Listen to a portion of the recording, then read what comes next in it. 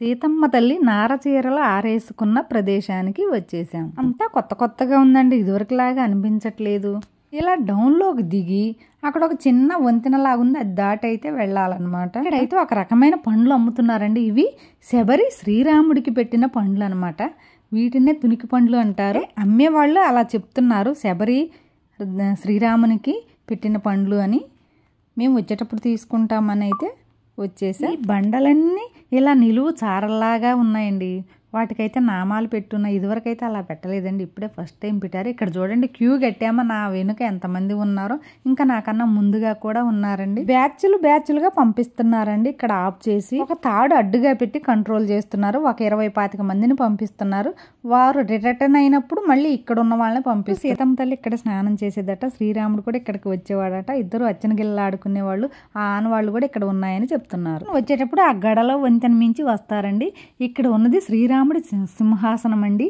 అంటే శ్రీరాముడు అక్కడ కూర్చున్నాడట. సీతమ్మ తల్లి ఇక్కడ ఈ నదిలోనే, అంటే ఈ చిన్న వాగులోనే స్నానం చేసేది. 5 రోజులు ఏదైతే ఉందో అక్కడ గోదావరిలో స్నానం చేయకూడదని ఇక్కడికి వచ్చి అమ్మవారు స్నానం చేసేవారట. సీతమ్మ తల్లి నెలసరి వచ్చినప్పుడు లక్ష్మణస్వామిని పిలిచి, లక్ష్మణ నేను ఇక్కడ స్నానం చేయను, ఇంకెక్కడైనా చేయటానికి ఏర్పాటు చెయ్యి అంటే లక్ష్మణుడు శ్రీరాముడిని తలుచుకుని ఒక బాణం సంధించగా దండకారణ్యంలో ఉన్న ఒక పర్వతం దగ్గరికి వెళ్లి అక్కడ బాణం పడింది. 9 మైళ్ళ దూరం నుంచి వస్తున్న ఈ వాగు ఎంత ఎండాకాలమైన ఎండిపోదటండి. పుర్పనక్క చెట్టు అండి. ఆ చెట్టు అయితే వరదల్లో కొట్టుకుపోయింది. ఇక్కడ రాళ్ల గుట్ట అయితే ఉందండి.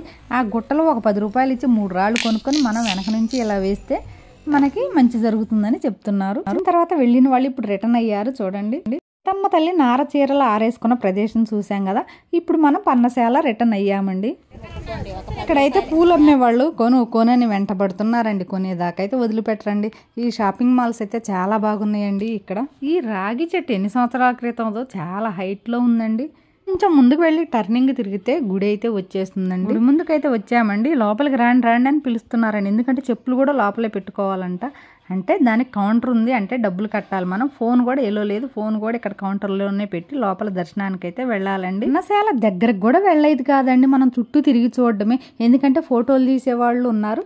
మనం ఫోటో తీయించుకుంటే 100 రూపాయలు ఫ్రీగా అయితే కొంచెం యువతల నుండి చూడడమే అనమాట. ఇంకా మన ఫోన్తో ఫోటో తీసుకుంటామేమో అని మన ఫోన్లో అయితే ముందే ఇక్కడ బయటే ఆఫ్ చేసేస్తారండి.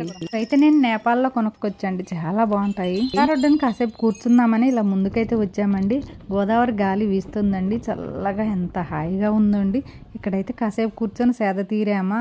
ఇంకా తర్వాత టీ టైం అయింది, సాయంత్రం అయిందండి. ఎక్కడైనా టీ తాగేసి బయలుదేరదామని అనుకున్నాము.